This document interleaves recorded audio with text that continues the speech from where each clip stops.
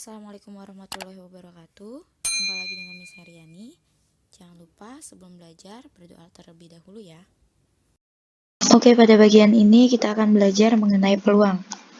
Namun sebelum itu kita ingat kembali materi himpunan. Jadi misalkan kita punya himpunan semesta yang beranggotakan A, B, C, D, dan E. Kemudian ada himpunan A yang beranggotakan A, B, dan C.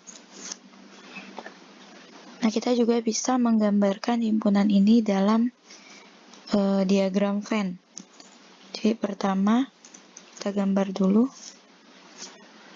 himpunan semestanya. Kemudian dalam himpunan semesta ini yang terdiri dari A, B, C, D, E, itu ada himpunan A.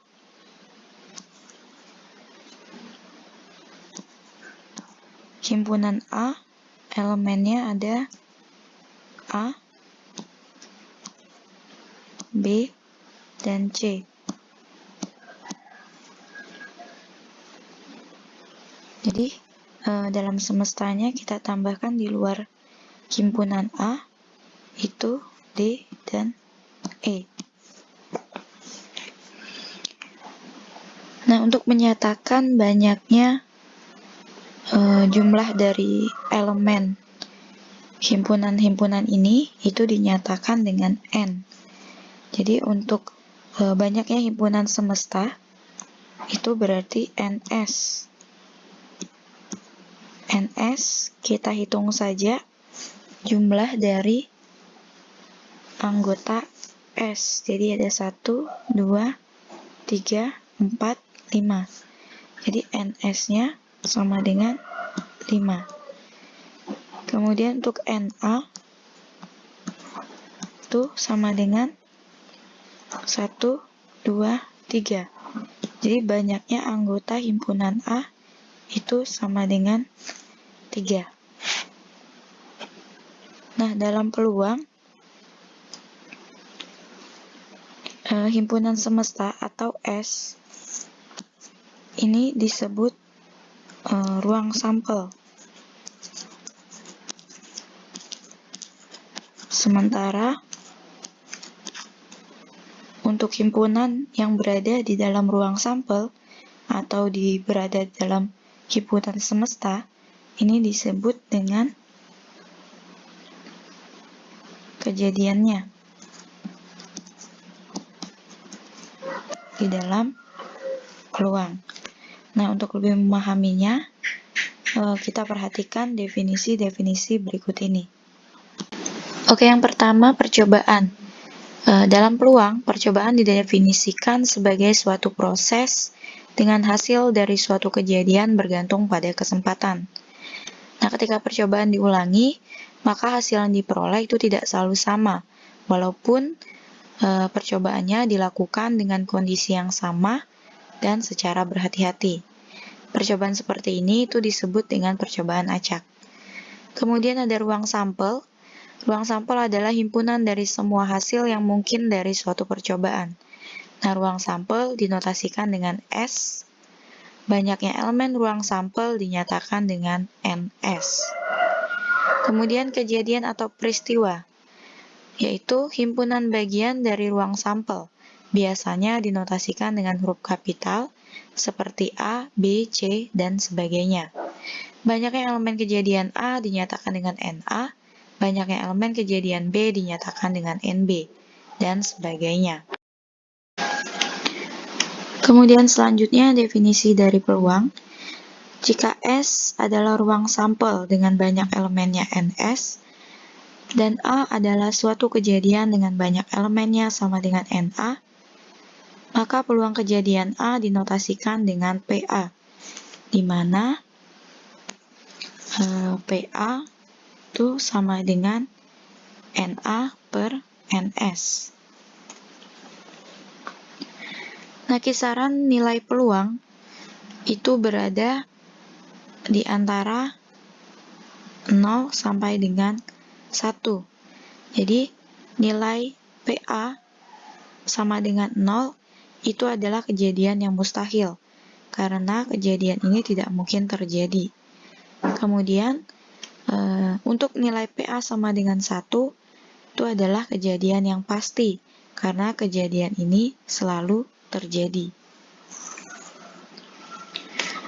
Nah, selanjutnya ada frekuensi harapan.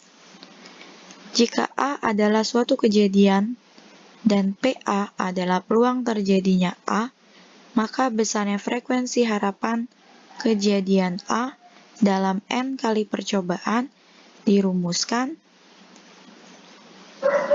frekuensi harapan A sama dengan PA dikali N. Nah, untuk lebih memahami materi peluang ini, kita perhatikan contoh-contoh berikut ini. Oke, kita mulai dari contoh yang sederhana, misalnya pelemparan satu koin.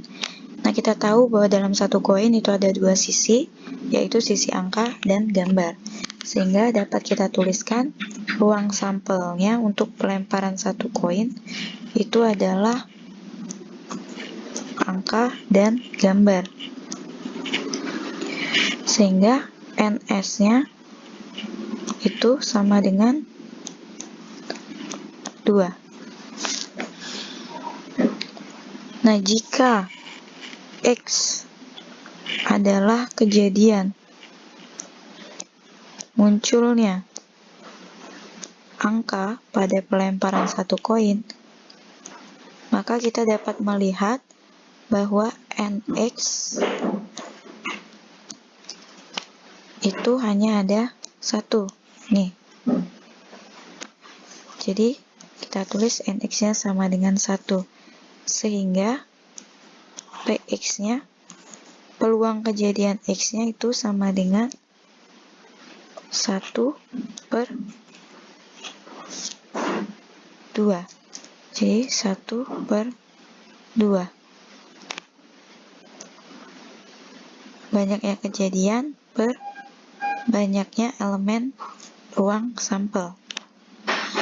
Nah, kemudian untuk pelemparan satu dadu. Dalam pelemparan satu dadu, itu ruang sampelnya adalah munculnya angka 1, 2, 3,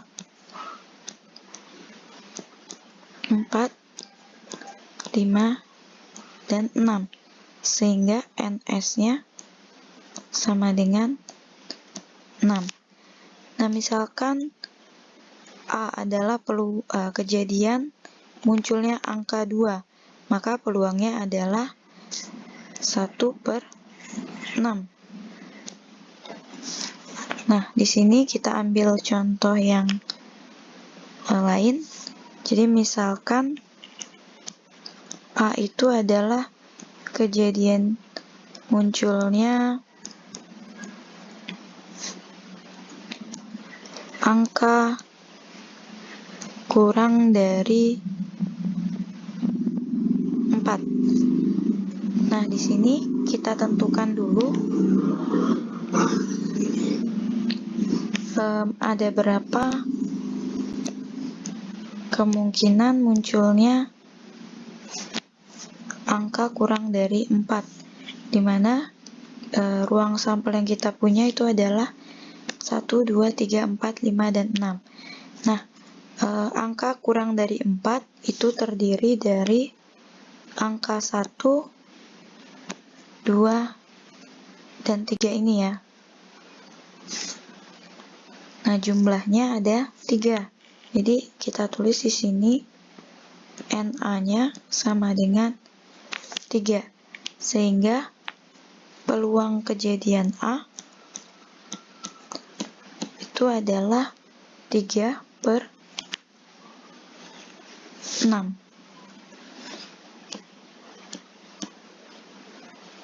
Nah, jika yang ditanya peluang munculnya angka lebih dari 4, maka jawabannya adalah 2/6.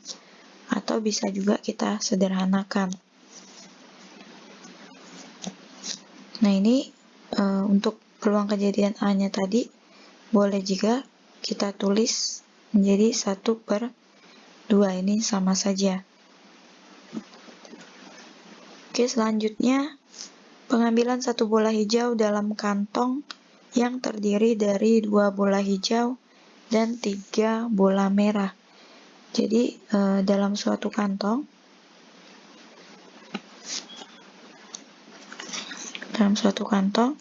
kita punya 2 bola hijau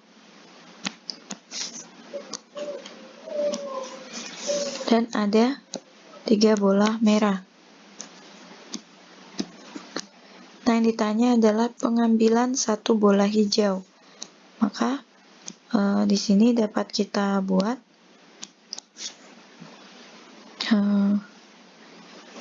kita misalkan dulu terambilnya bola hijau itu misalnya adalah kejadian B, sehingga NB kita hitung bola hijaunya ada berapa? Ada 2. NB sama dengan 2. Sedangkan NS-nya kita tahu ada 5. Sehingga peluang kejadian B itu sama dengan 2/5. Jadi kita hitung dulu bola hijau yang akan diambil, kemudian per ruang sampelnya, jumlah dari ruang sampelnya. Nah, kira-kira itu contoh-contoh sederhananya. Agar lebih paham, kita lihat contoh selanjutnya. Contoh nomor 1, pada pelemparan sebuah dadu tentukan A, peluang muncul mata dadu berangka ganjil, B, peluang muncul mata dadu berangka kurang dari 3. Nah, untuk langkah pertama kita adalah menentukan ruang sampel dari pelemparan sebuah dadu. Jadi, kita tahu dalam pelemparan sebuah dadu, itu S-nya sama dengan 1, 2, 3, 4, 5, 6. Jadi ada kemungkinan 6 angka yang muncul dalam pelemparan sebuah dadu. Nah, kita jawab untuk soal A. Jadi A adalah kejadian munculnya angka dadu berangka ganjil. Sehingga kita tulis elemen dari A itu sama dengan angka-angka ganjil dari ruang sampelnya. Nah, di dalam ruang sampel, angka ganjilnya itu ada angka 1, 3, dan 5.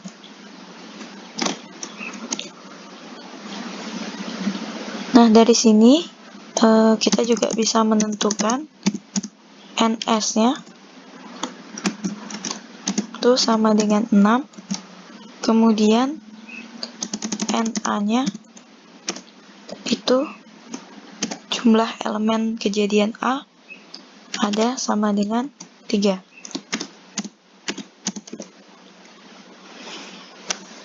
Nah, sehingga peluang munculnya mata dadu berangka ganjil itu sama dengan PA sama dengan NA per NS. Jadi kalau kita tulis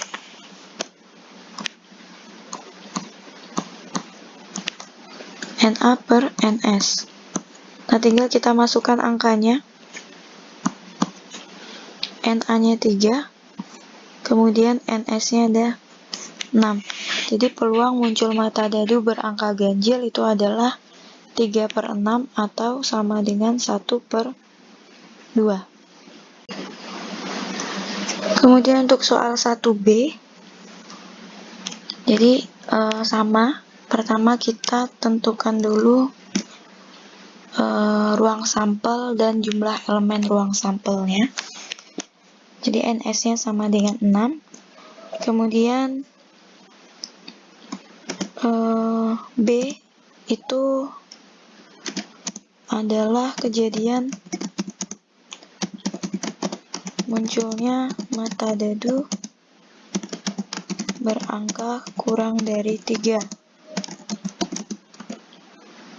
Sehingga elemen dari B itu adalah 1 dan 2.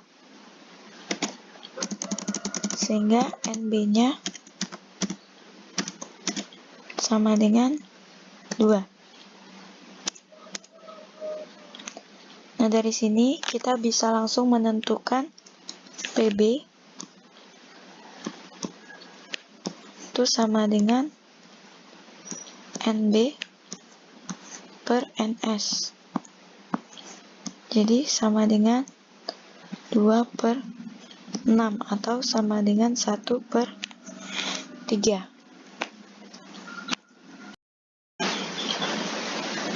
Oke, contoh nomor 2. Rudi mempunyai 2 buah koin Rp1.000, lalu melempar kedua koin tersebut bersamaan. Berapa peluang muncul gambar pada kedua koin? Nah, di sini kita juga menentukan dulu ruang sampelnya.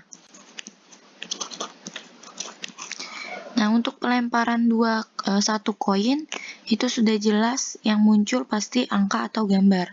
Nah, jika ada 2 koin atau lebih, maka kita harus tentukan lagi ruang sampelnya. Jadi, untuk koin yang pertama, itu muncul angka dan gambar. Nah, ini untuk koin yang pertama. Kemudian untuk koin yang kedua, itu muncul lagi kemungkinan akan keluar angka dan gambar dari koin yang kedua. Jadi kalau kita buat skemanya itu seperti ini. Sehingga untuk ruang sampelnya itu adalah yang pertama angka-angka, kemudian ada angka gambar, kemudian ada gambar angka,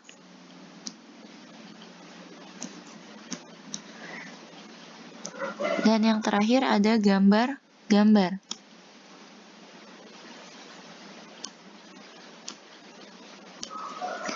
Nah, sehingga NS-nya itu sama dengan 4.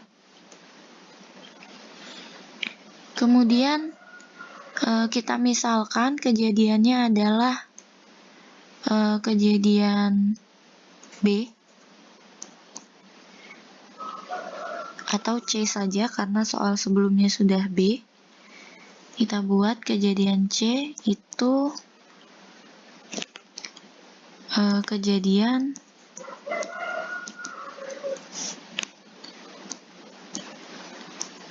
muncul gambar pada kedua koin.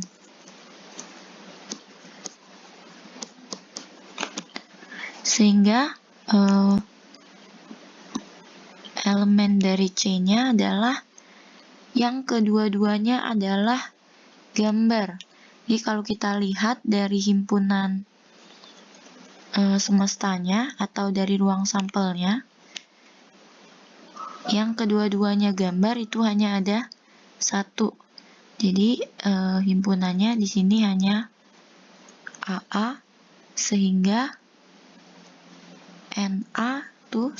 NC itu sama dengan 1.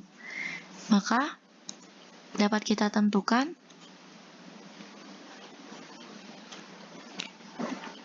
PC itu sama dengan NC per NS. Jadi sama dengan 1 per 4. Nah, jadi hanya ada 1 AA dari 4 kemungkinan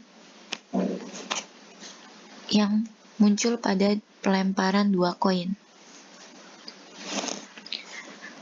Nah, misalkan yang ditanya adalah peluang munculnya angka pada koin pertama, kemudian gambar pada koin kedua, maka jawabannya adalah sama, 1/4.